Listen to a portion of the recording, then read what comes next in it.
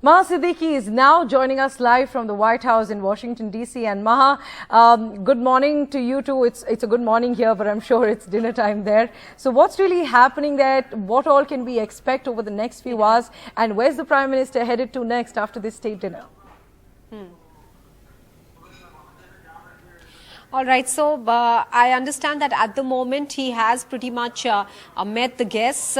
As I was pointing out, that in a state dinner, all the invited guests are made to meet with the visiting dignitary for whom the state dinner has been hosted. And after this, in about 20 minutes or so from now, both leaders are going to be making some short speeches there during the state dinner. So we can wait and watch out for that as well. After which, once all this is over, and this is inside the White House in the building, once the dinner is served, that is on the lawns. So they will all be taken to the lawns where an area has been covered with tents. And then there will be a proper sit-down dinner, which will be a multi-course dinner.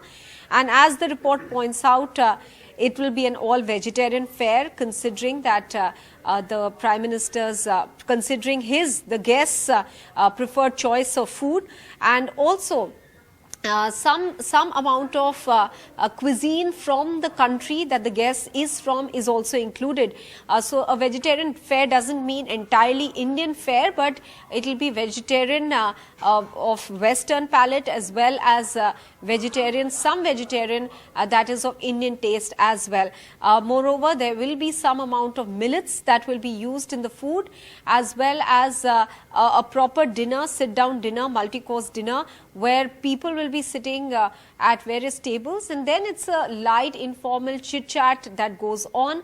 The dinner can go on for very many hours. Today, the slotted time is about 4.5 hours, so we are expecting it to finish within that time limit.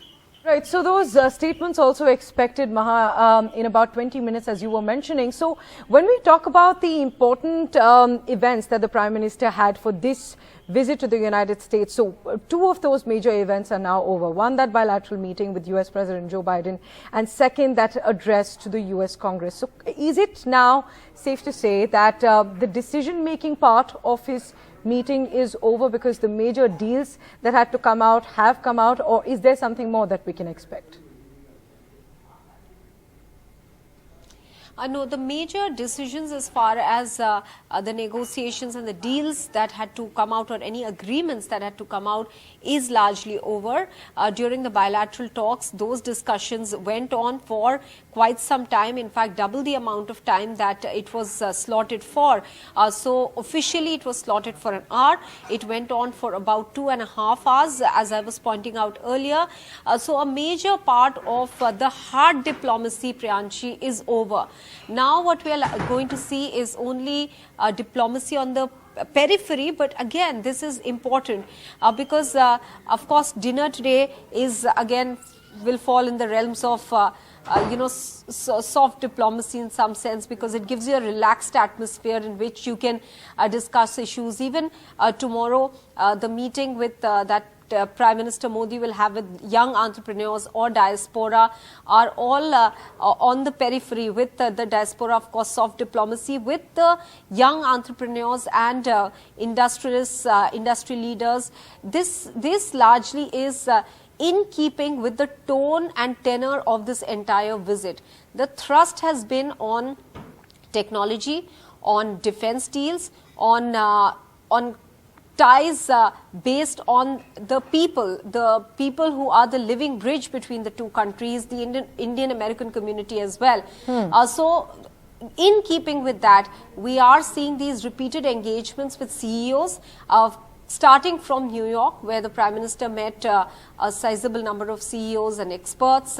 He has carried that forward into Washington, D.C. as well. He met some of them yesterday. He's continuing to meet them today, and tomorrow is when we will see him once again addressing young entrepreneurs. The thrust, even President Biden, Priyanshi, he mentioned in his speech at the reception and then in the briefing, has been a lot on technology and space collaboration and cooperation. That has been the focus, Maha, and as you mentioned that the hard diplomacy is, it's safe to say that that's now over. So my last question to you, that while the day is just beginning here in India, we know that the day is coming to an end there in the United States. So does the Prime Minister have anything else planned after the dinner today, and what does he have planned for tomorrow? So nothing planned after the dinner as far as officially that we have been told about, because the dinner itself, as I pointed out, can last very long. So it might go all the way up to 11 p.m. by the US time. So basically, once the dinner is over, the Prime Minister will retire for the day. For tomorrow, let me point out again, there's an interesting aspect that we need to mention here. So once again, there is an event at the White House. It's called the Technology Handshake event. And again, the thrust on technology, the thrust on industry to industry contact. This also is a point that has been highlighted by some officials, that look, that the President has made time for the Prime Minister on all three.